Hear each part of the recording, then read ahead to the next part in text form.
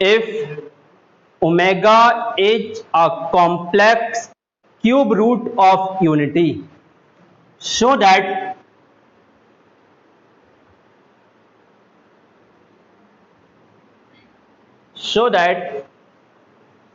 one omega square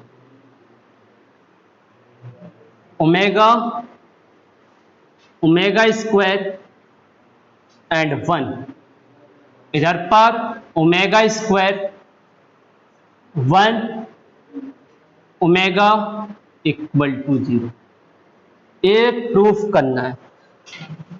तो इसमें ये तो नहीं लिखा विदाउट एक्सपेंशन, तो एक्सपेंड करके आप सॉल्व कर सकते हो, बट जो क्वेश्चन विदाउट एक्सपेंशन लिखा हो या नहीं लिखा हो, यदि इसको एक्सपेंड ना करें या एक्सपेंड करने की जरूरत नहीं है फिर भी 0 आ रहा है तो उसका यूज करो। कैसे बेटा? आपको पता है omega is a complex cube root of unity, तो आपको पता है 1 plus omega square equal to 0 होता है। अब इस ए वाला टर्म किसी रो या किसी कॉलम में कब बनेगा?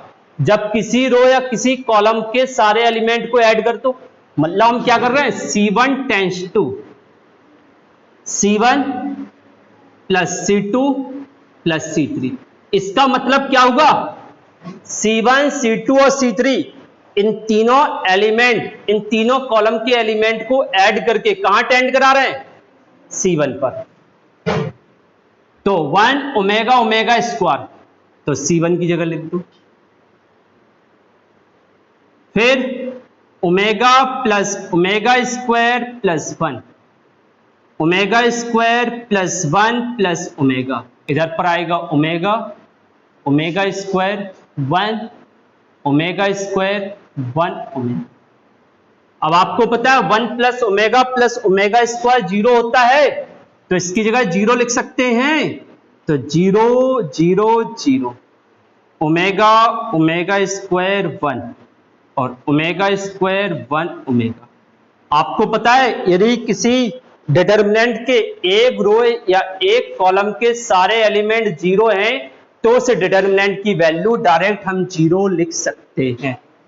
बोलो क्लियर? नेक्स्ट। अच्छा, इसमें कॉमन और डिवाइड वाला प्रोसेस क्या है? किसी एक रो या किसी एक कॉलम से एलिमेंट को हम किसी एक रो या किसी एक कॉलम से एलिमेंट को कॉमन लिया जा सकता है। पूरे एलिमेंट यूज नहीं होते हैं, और मैट्रिक्स में पूरा एलिमेंट यूज होता है। सो दैट, लिखो बेटा next, so that 1 1 1 A B C और B plus C plus A और A plus B equal to 0। बता बेटा, 0 प्रूफ करने के लिए डायरेक्ट एक्सपेंड कर दो, आंसर आ जाएगा। आ जाएगा बेटा, एक्सपेंशन करना सबको आता है। अच्छा, मैं एक्सपेंशन नहीं करना फिर भी 0 आ जाए, तो 0 आने के लिए क्या होना चाहिए, 2 कॉलम या 2 रो की वैल्यू इक्वल बनाओ, या क्या करें, एक रो या एक कॉलम के सारे एलिमेंट 0 करो। सोचो बेटा क्या है, यदि हम तीसरे कॉलम में दूसरे कॉलम की सारी वैल्यू ऐड करते हैं तो तीसरे कॉलम में क्या क्या बन जाएगा, a plus B plus C, A plus B plus C, A plus B plus C बन जाएगा। तो तीसरे कॉलम के सारे एलिमेंट सेम है ना, तो a plus B plus c common ले लेंगे, तो तीसरे कॉलम की वैल्यू क्या क्या हो जाएगी, 1 1 1, और फर्स्ट कॉलम की भी तो वैल्यू 1 1 1 है, 2 कॉलम की वैल्यू इक्वल हो गई, डिटरमिनेंट 0। अच्छा, हम C3 में क्या कर रहे हैं, C2 को ऐड कर रहे हैं, तो C3 tends to C3 plus C2। Clear बेटा?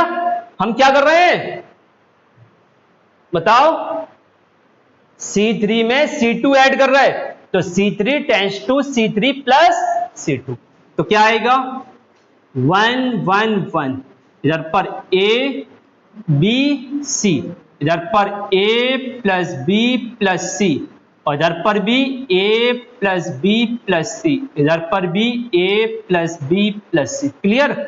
अब तीसरे कॉलम से ए plus B plus c common आ जाएगा, ले लो। क्या बचा हमारे पास? 1 1 1, इधर पर ए बी सी, इधर पर 1 1 1। क्या आ जाएगा ये पूरा? C1 और C3 सेम है ना, तो पूरे डिटर्मिनेंट की value 0। It means A plus B plus c into 0। यदि आप एक्सपेंड कर सकते हो तो एक्सपेंशन से भी 0 ही आएगा। कैसे करेंगे? 1 इन दोनों का मल्टीप्लाई, फिर माइनस से इन दोनों का क्रॉस मल्टीप्लाई, फिर b प्लस सी, इन दोनों सॉल्व करना, सारे कैंसिल होकर 0 आ जाएंगे। ठीक है बेटा? बट बहुत से क्वेश्चन ऐसे होते हैं जिनको आप एक्सपेंड करोगे आंसर नहीं ला पाओगे। उसमें ऐसी कुछ प्रॉपर्टी, जैसे इक्वल टू में 4-5 फैक्टर बने हुए हैं, प्रूफ करना है a minus B, B minus C, C minus A और a plus B plus C, ऐसे 4 फैक्टर इक्वल टू में प्रूफ करना है, और डायरेक्ट एक्सपेंड करके फैक्टर लाओगे कभी नहीं ला पाओगे, आएंगे नहीं, अरेंज ही नहीं कर पाओगे। इसलिए हमें ट्राई करना है कि जितने भी फैक्टर उसमें से मैक्सिमम फैक्टर हम इस टाइप की प्रॉपर्टी यूज करके कॉलम या रो में से कॉमन ले लें। समझ गए बेटा? Next,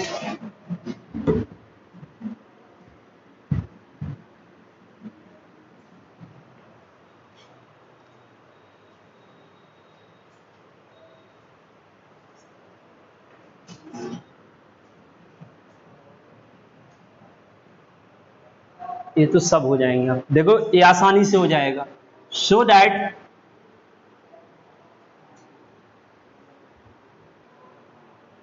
b minus C, C minus A और a माइनस बी, इधर पर c minus A minus B और b माइनस सी, इधर पर a minus B, b minus C और c माइनस सी। अच्छा, अब इस क्वेश्चन को हम यदि एक्सपेंड करेंगे, डिटर्मिनेंट को पूरा एक्सपेंड करेंगे, 0 लाएंगे, तो कैलकुलेशन टफ होगा, होगा कि नहीं? इसको एक्सपेंड करोगे टफ होगा, बट कोई ऐसी प्रॉपर्टी या कॉलम या रो में जिसकी हेल्प से डायरेक्ट 0 लिख सकते हैं। देखो बेटा, C1 C2 और C3 को ऐड कर दो। C1 में C2 और C3 ऐड कर दो। C1 में क्या कर रहे हैं? C2 और C3 ऐड कर रहे हैं, तो क्या बन जाएगा? C1, डिटर्मिनेंट का C1 कॉलम पूरा 0 हो गया। इट मींस पूरे डिटर्मिनेंट की वैल्यू 0। आप यदि इसी क्वेश्चन को एक्सपेंड करोगे, एक्सपेंशन की हेल्प से सॉल्व करोगे, तो कैलकुलेशन बहुत बड़ा होगा, होगा कि नहीं? तो क्या कर रहे हैं? C1 tends to C1 plus C2 plus C3, तो क्या आ जाएगा? C1 में हमने C2 और C3 ऐड कर दिया, तो ये लिखा C1 में C2 और C3 ऐड किया, C1 में C2 और C3 ऐड किया, और कहां लिखना है इसे? C1, तो 0। अच्छा, इधर पर यदि हम C1 लिख रहे हैं तो C1 टेंड्स टू होता है, ध्यान रखना। आप ऐसी प्रॉपर्टी कभी यूज नहीं कर पाओगे कि कहीं पर लिखा C1 tends to C2 plus C3। आप सोचो C2 और C3 को ऐड करके C1 की जगह शिफ्ट कर देंगे, नहीं होगा। हमें C1 में क्या कर रहा है? C1 के एलिमेंट में क्या कर रहा है? तो C1 के एलिमेंट में क्या कर रहा है? तो पहले C1 लिखना है। अब उसमें क्या कर रहा है? C2 और C3 के एलिमेंट के साथ क्या कर रहा है? उसका प्लस कर रहा है, माइनस कर रहा है, जो भी कर रहा है वो C1 एलिमेंट में कर रहा है ना। तो C1 एलिमेंट में जो भी चेंजिंग आ रहा है वो C1 की जगह ही शिफ्ट करेंगे। समझ में आ गया? आप कहो C2 और C3 का जो चेंजिंग होगा प्लस, वो C1 की जगह शिफ्ट कर देंगे, कभी नहीं होगा। हम C2 में C3 ऐड कर रहे हैं, तो कहां शिफ्ट होगा? वो C2 में होगा। क्योंकि C2 में हम C3 ऐड कर रहे हैं, C2 प्लस C3, इसका मतलब क्या है, C2 में C3 ऐड किया जा रहा है। इट मींस जो हमारे पास एलिमेंट बनेंगे वो कहां शिफ्ट होंगे, C2 पर शिफ्ट होंगे। तो 0 0 0, क्लियर बेटा। इधर पर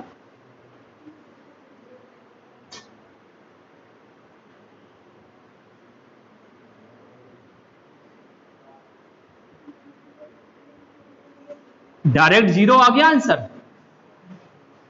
यदि इसको एक्सपेंड करते, क्या इतना फास्ट कर पाते। नेक्स्ट,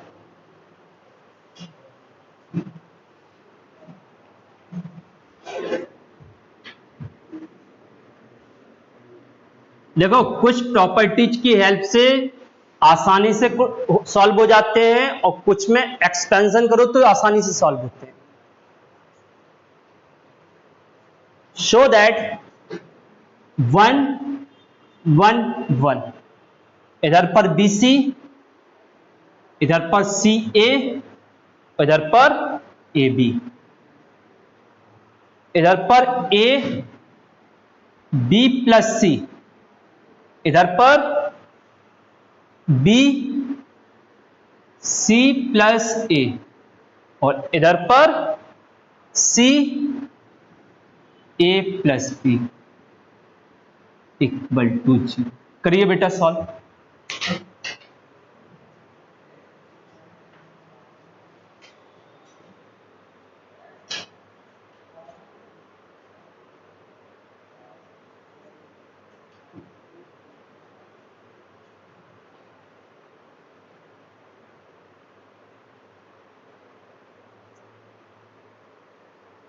अरे कितना आसान है, इसी को क्लिक किया, क्या करेंगे, किसको ऐड करेंगे, C3 में C2 को ऐड कर देंगे, या C2 में C3 को ऐड कर देंगे। तो जिसमें जो भी ऐड करना है, देखो ऐसा लिख दो, C2 tense to C2 plus C3, या क्या लिखेंगे, या ऐसी प्रॉपर्टी यूज करो, C3 tends to C3 plus.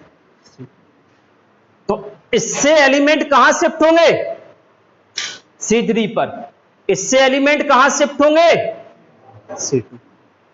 समझ में आ गया बेटा।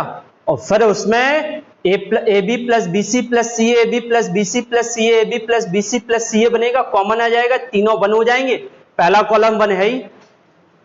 साहिल भैया नहीं आया ना समझ में, अरे गजब यार, जब इंसान थोड़ी बहुत अच्छा काम करता है ना तो उसके अंदर दबंगी आ जाती है। अरे हमने तो कर लिया सर सवाल, क्यों साहिल, क्यों सत्येंद्र, सही कहा बेटा।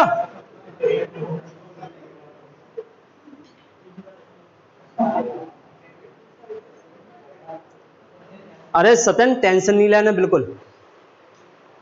Without expanding, without expanding, so that without expanding, so that cosec square theta,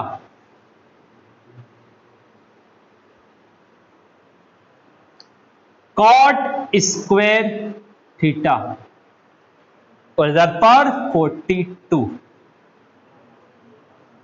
cot square theta,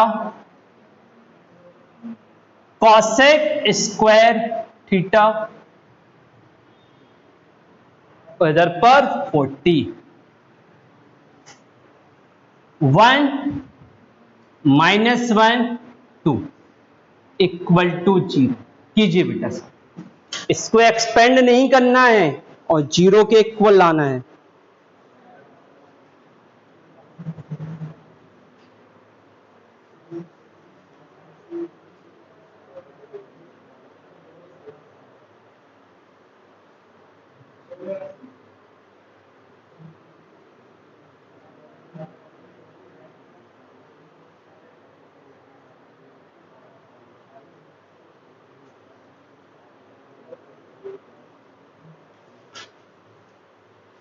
हो गया बेटा सबका? क्या किया आप लोगों ने? C1 में से C2 माइनस कर दिया, तो उससे जो एलिमेंट बने वो C3 के इक्वल हो गए। वेरी गुड, बड़े होशियार बन गए। इसमें थोड़ी सा दिमाग लगाना बेटा। Without expanding show that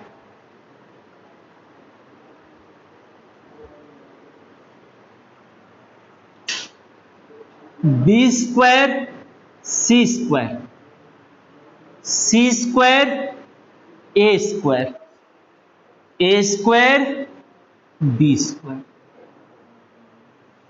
BC CA और AB, और इधर पर B plus C plus A और A plus B equal to 0।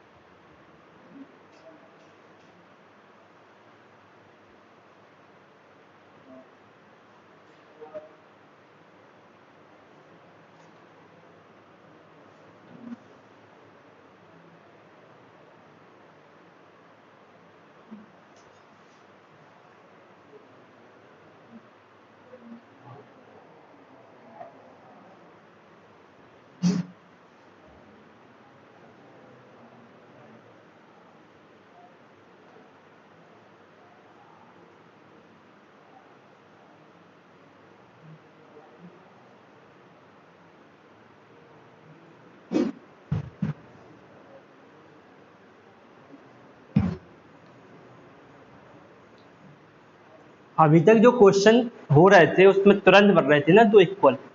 अब इस क्या डिवाइड इनटू कुछ भी करो, लेकिन डिवाइड करोगे तो साथ में मल्टीप्लाई भी करना पड़ेगा बाहर। नहीं समझे आप? यदि किसी में किसी नंबर का डिवाइड करते हैं तो साथ में मल्टीप्लाई भी तो करना बाहर, और पूरे में नहीं होगा, किसी एक कॉलम है किसी एक रो में। अच्छा देखो बेटा, इधर से हमने BC कॉमन ले लिया, सपोज किया, इधर से CA कॉमन, इधर से AB, तो बाहर ABC का होल स्क्वायर बनेगा। तो एक काम करते हैं, इधर से BC कॉमन लिया, क्लियर बेटा? इधर से CA कॉमन लिया और इधर से AB कॉमन, तो बताओ इधर क्या बनेगा? BC, इधर पर 1 upon B plus 1 upon C, इधर CA 1 upon C plus 1 upon A, AB 1 upon A, यही बनाना बेटा। अब A1 हो गया। यदि किसी तरीके से एक और कॉलम को हम 1 1 1 कर देंगे तो हमारा काम बन जाएगा। तो 1 1 1 करने के लिए सारे एलिमेंट सेम होने चाहिए, तभी तो कॉमन आ पाएगा। सोचो बेटा, यदि इसमें 1 अपॉन A प्लस कर दे, इसमें 1 अपॉन B प्लस कर दे, इसमें 1 अपॉन C प्लस, तो 1 upon A 1 upon B 1 upon C किसी कॉलम में होना चाहिए ना। यदि हम C3 में 1 upon A 1 upon B 1 upon C plus कर देंगे तो वो किसी अदर कॉलम में होना चाहिए ना। किसी अदर कॉलम में बन सकता है? देखो बिल्कुल आसानी से बन सकता है। यदि C1 में हम ABC कॉमन ले, किसी एक रो या किसी एक कॉलम से कुछ कॉमन लिया जा सकता है। यदि हम C1 कॉलम में से ABC कॉमन ले लेंगे तो इधर पर क्या बनेगा? इधर पर क्या बनेगा? इधर पर फिर C3 में C1 ऐड कर देंगे, फिर C3 के सारे एलिमेंट कॉमन ले लेंगे, तो C2 और C3 सेम बन गया। देखो बेटा, रो या कॉलम में से कुछ भी कॉमन ले सकते हैं। तो यदि हम C1 कॉलम में से ABC कॉमन ले लें, अच्छा इधर क्या बना ये बताओ?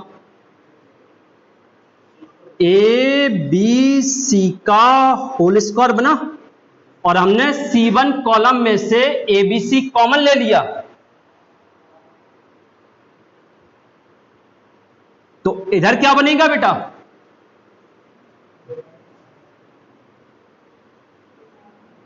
कुछ क्वेश्चन में तो दिमाग लगाना ही पड़ेगा ना थोड़ी ज्यादा।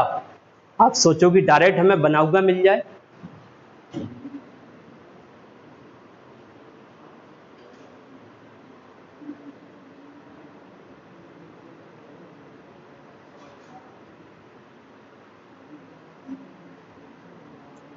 अब क्या करेंगे बेटा हम?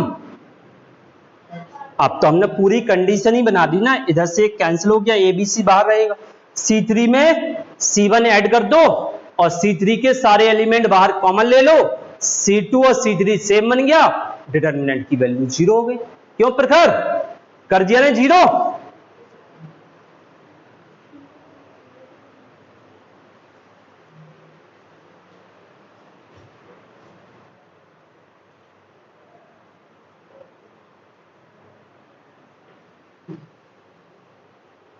अब इसके आगे सॉल्व कर लो या इसके आगे भी हम सॉल्व कर दे बेटा?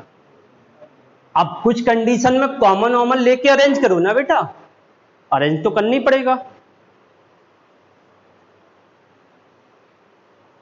Next, without expanding, without expanding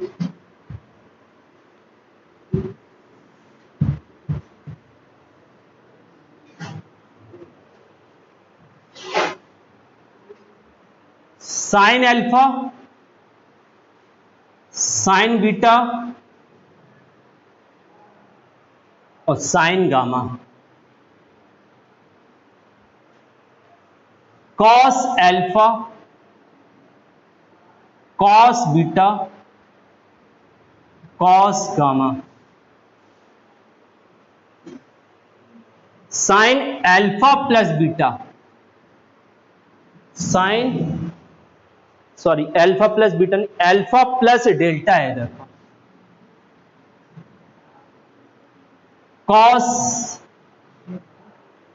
sign beta plus delta और sine gamma plus delta equal to 0। सोचो बेटा कैसे करें?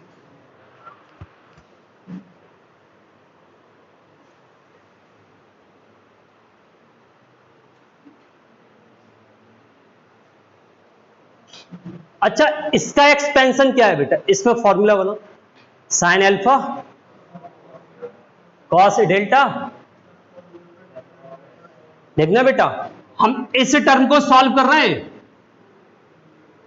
Sine alpha into cos delta plus cos alpha into sine delta.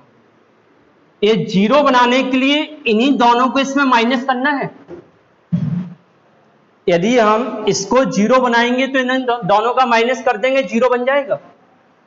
बोलो बेटा, अब ये है साइन अल्फा वाला, तो C1 कॉलम में कॉस डेल्टा का मल्टीप्लाई करेंगे और C2 कॉलम में साइन डेल्टा का मल्टीप्लाई करेंगे और C3 के साथ माइनस कर देंगे। आई बात समझ में? देखो ऐसी प्रॉपर्टी यूज करें, आप करना बेटा, ये तीनों एक्सपेंड करना है यहीं पर और फिर पहले सेकंड में इसको एक्सपेंड कर लेना, फिर property C3 tends to C3 minus इसमें cos delta C1 minus sine delta C2।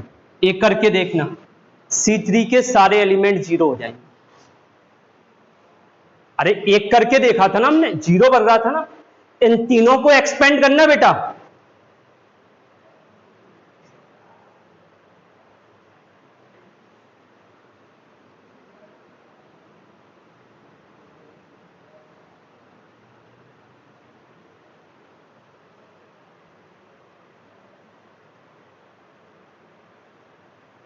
और फिर एक प्रॉपर्टीज अप्लाई करना।